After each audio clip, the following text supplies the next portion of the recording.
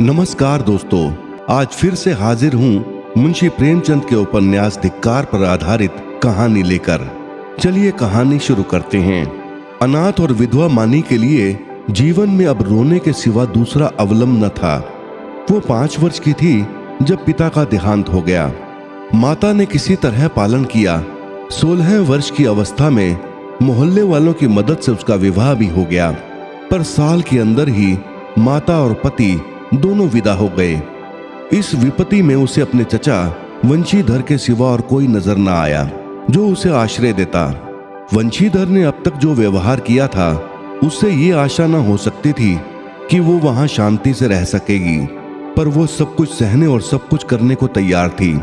वो गाली, झिड़की, मारपीट सब सह लेगी। कोई उस पर संदेह तो न करेगा, उस पर मिथ्या लांछन तो न लगेगा। शोधों और लुच्चों से भी उसकी रक्षा होगी। वंशीधर को कुल मर्यादा की चिंता हुई। मानी की याचना को अस्वीकार न कर सके, लेकिन 2-4 महीने में ही मानी को मालूम हो गया कि इस घर में बहुत दिनों तक उसका निबाह न हो सकेगा। वो घर का सारा काम करती, इशारों पर नाचती, सबको खुश रखने की कोशिश करती, पर न जाने क्यों चचा और चची दोनों उससे जलते रहते।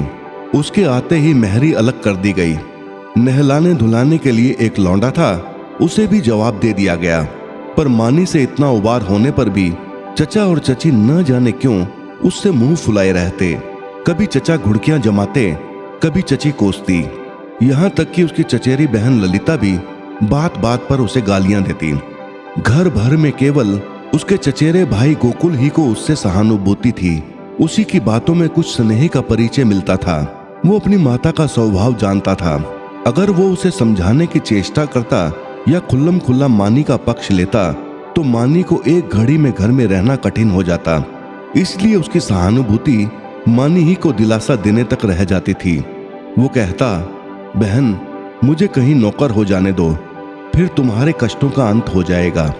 तब देखूंगा कौन तुम्हें तिरछी आंखों से देखता है। जब तक पढ़ता हूं तभी तक तुम्हारे बुरे दिन हैं। मानी ये स्नेह में डूबी हुई बात सुनकर पुलकित हो जाती और उसका रोआ रोआ गोकुल को आशीर्वाद देने लगता।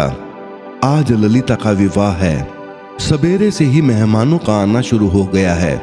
गहनों की झनकार से घर गूंज उठा है। मानी भी मेहमानों को देख देख कर खुश हो रही है। उसकी देह पर कोई आभूषण नहीं है और न उसे सुंदर कपड़े ही दिए गए हैं, फिर भी उसका मुख प्रसन्न है। आधी रात हो गई थी। विवाह का मुहूर्त निकट आ गया था। जनसावे चढ़ावे की चीजें आईं। सभी औरतें उत्सुक हो होकर उन चीजों को देखने लगीं। ललिता को आभूषण पहनाए जाने लगे। मानी के हृदय में बड़ी इच्छा हुई कि जाकर वधू को देखे। अभी जो कल बालिका थी उसे आज वधू वेश में देखने की इच्छा न रोक सकी। वो मुस्कुराती हुई कमरे में घुसी। सहसा उसकी चाची ने झिड़क कर कहा, तुझे यहाँ किसने बुलाया था? निकल जा यहाँ से। मानी ने बड़ी बड़ी यातनाएं सही थी, पर आज की वो झिड़की उसके हृदय में बाण की तरह चुभ गई। उसका मन धिक्कारने लगा। तेरे छिछोरेपन का यही पुरस्कार है। यहाँ सुहागिनों के बीच में तेरे आने की क्या जरूरत थी? वो खिसियाई हुई कमरे से निकली और एकांत में बैठकर रोने के लिए ऊपर जाने लगी। सहसा जीने पर उसकी इंद्रनाथ से मुलाकात हो गई। इंद्रनाथ गोकुल का सहपाठी और परम मित्र था। वो भी न्योते में आया हुआ था। इस वक्त गोकुल को खोजने के लिए ऊपर आया था। मानी को वो 2 बार देख चुका था। वो ये भी जानता था कि यहाँ उसके साथ बड़ा दुर्व्यवहार किया जाता है। चाची की बातों की भनक उसके कान में भी पड़ गई थी।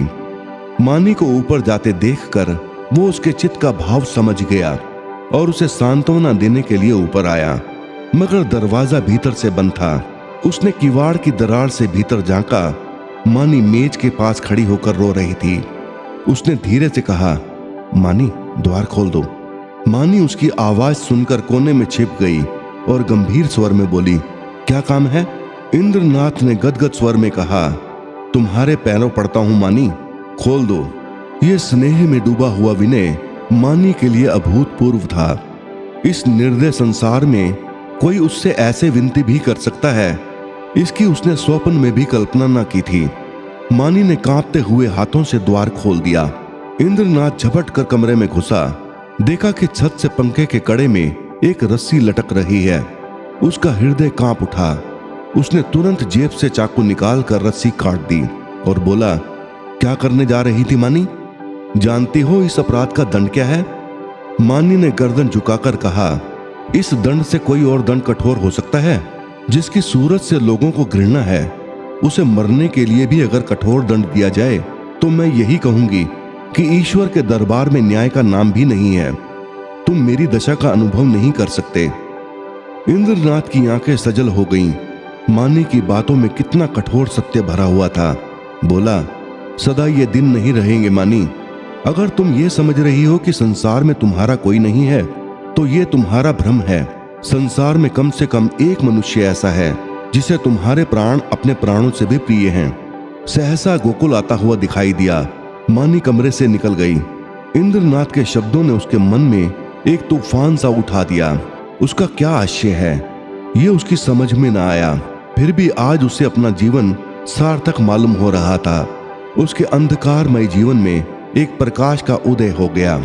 इंद्रनाथ को वहां बैठे और मानी को कमरे से जाते देखकर गोकुल को कुछ खटक गया। उसकी त्योरियां बदल गईं। कठोर स्वर में बोला, तुम यहां कब आए? इंद्रनाथ ने अविचलित भाव से कहा, तुम ही को खोजता हुआ यहां आया था। तुम यहां ना मिले तो नीचे लौटा जा रहा था। अगर चला गया होता तो इस वक्त तुम्हें यह कमरा बंद मिलता और पंखे के कड़े में एक लाश लटकती हुई नजर आती। गोकुल ने समझा ये अपने अपराध के छिपाने के लिए कोई बहाना निकाल रहा है। तीव्र कंठ से बोला, तुम ये विश्वासघात करोगे? मुझे ऐसी आशा न थी। इंद्रनाथ का चेहरा लाल हो गया।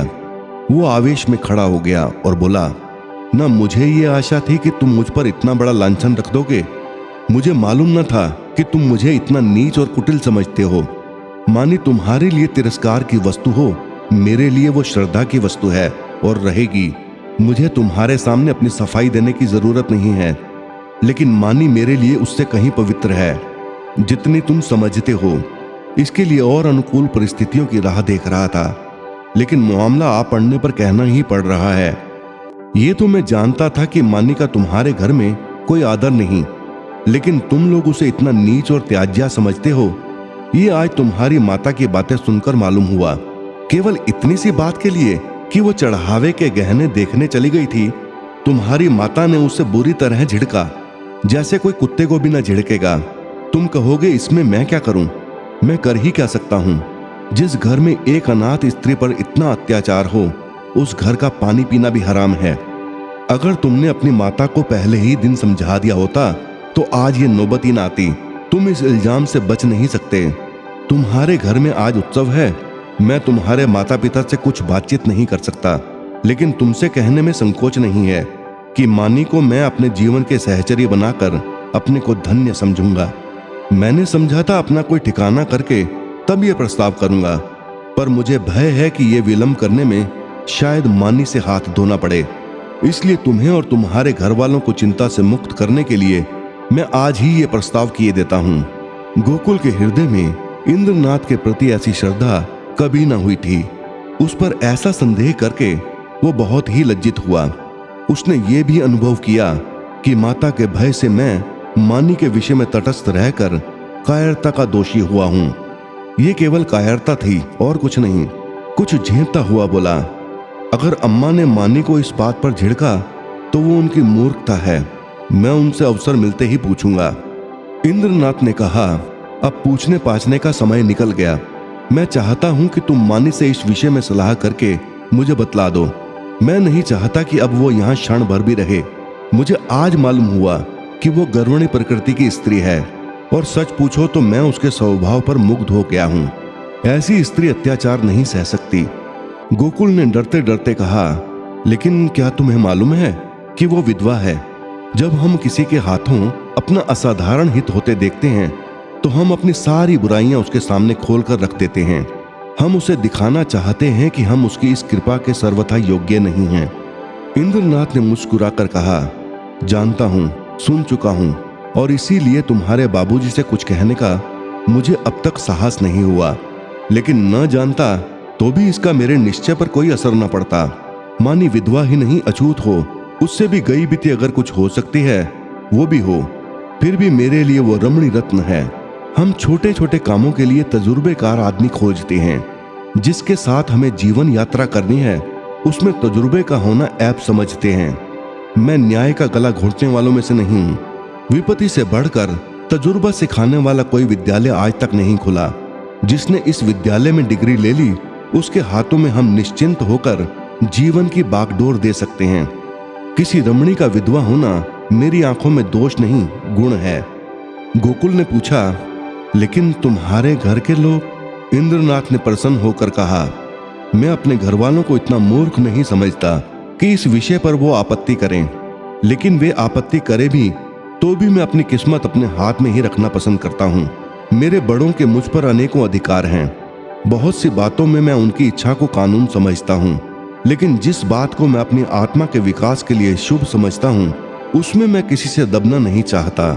मैं इस गर्व का आनंद उठाना चाहता हूँ। मैं स्वयं अपने जीवन का निर्माता हूँ। गोकुल ने कुछ शंकित होकर कहा, और अगर मानी ना मंजूर करे? इंद्रनाथ को यह शंका बिल्कुल निर्मूल जान पड़ी। बोले, तुम इस समय बच्चों की सी बातें कर रहे हो गोकुल। ये मानी हुई बात है कि मानी आसानी से मंजूर ना करेगी। वो इस घर में ठोकरें खाएगी, झिड़कियां सहेगी, गालियां सुनेगी, पर इसी घर में रहेगी। युगों के संस्कारों को मिटा देना आसान नहीं है, लेकिन हमें उसको राजी करना पड़ेगा। उसके मन में संचित संस्कारों को निकालना पड़ेगा। मैं विधवाओं के पुनर्विवाह के पक्ष में नहीं हूँ। मेरा ख्याल है कि पतिव्रत का अलौकिक आदर्श संसार का अमूल्य रत्न है और हमें बहुत सोच समझकर उस पर आघात करना चाहिए। लेकिन मानी के विषय में यह बात नहीं उठती।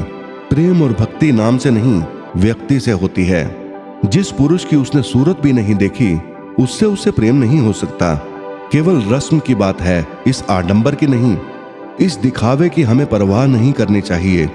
देखो, शायद कोई तुम्हें बुला रहा है। मैं भी जा रहा हूँ। 2-3 दिन में फिर मिलूंगा। मगर ऐसा ना हो कि तुम संकोच में पड़कर सोचते विचारते रह जाओ और दिन निकलते चले जाएं। गोकुल ने उसके गले में हाथ डालकर कहा, मैं परसों खुद ही आऊंगा। बारात विदा हो गई थी। मेहमान भी रुखसत हो गए थे। रात के 9 बज गए थे। विवाह के बाद की नींद मशहूर है। घर के सभी लोग सरे शाम सो रहे थे। कोई चारपाई पर, कोई तख्त पर, कोई जमीन पर। जिसे जहां जगह मिली वहीं सो रहा था। केवल मानी घर की देखभाल कर रही थी और ऊपर गोकुल अपने कमरे में बैठा हुआ समाचार पढ़ रहा था। सहसा गोकुल ने पुकारा, मानी, एक गिलास ठंडा पानी तो लाना, प्यास लगी है। मानी पानी लेकर ऊपर गई और मेज पर पानी रख कर लौटना ही चाहती थी कि गोकुल ने कहा, जरा ठहरो मानी, तुमसे कुछ कहना है। मानी ने कहा, अभी फुर्सत नहीं है भाई, सारा घर सो रहा है।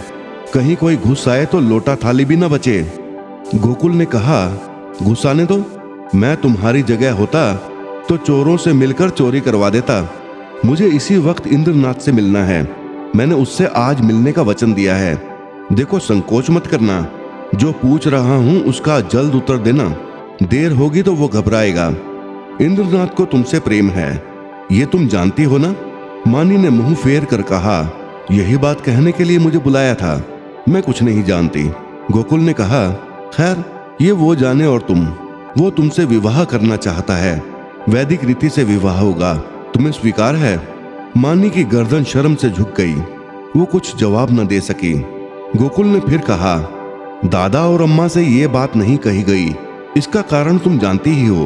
वो तुम्हें घुड़कियां दे देकर जला जलाकर मार डालें, पर विवाह करने की सम्मति कभी नहीं देंगे। इससे उनकी नाक कट जाएगी।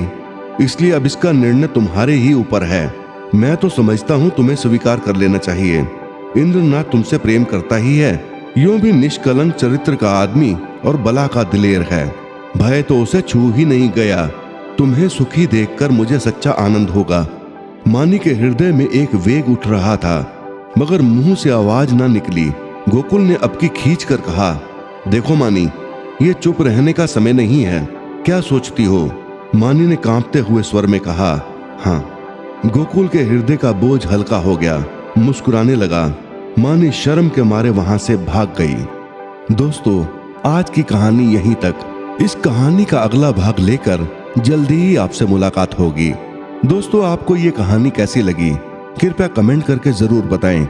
यदि कहानी अच्छी लगी हो तो कृपया चैनल को लाइक और सब्सक्राइब अवश्य कर दें। धन्यवाद।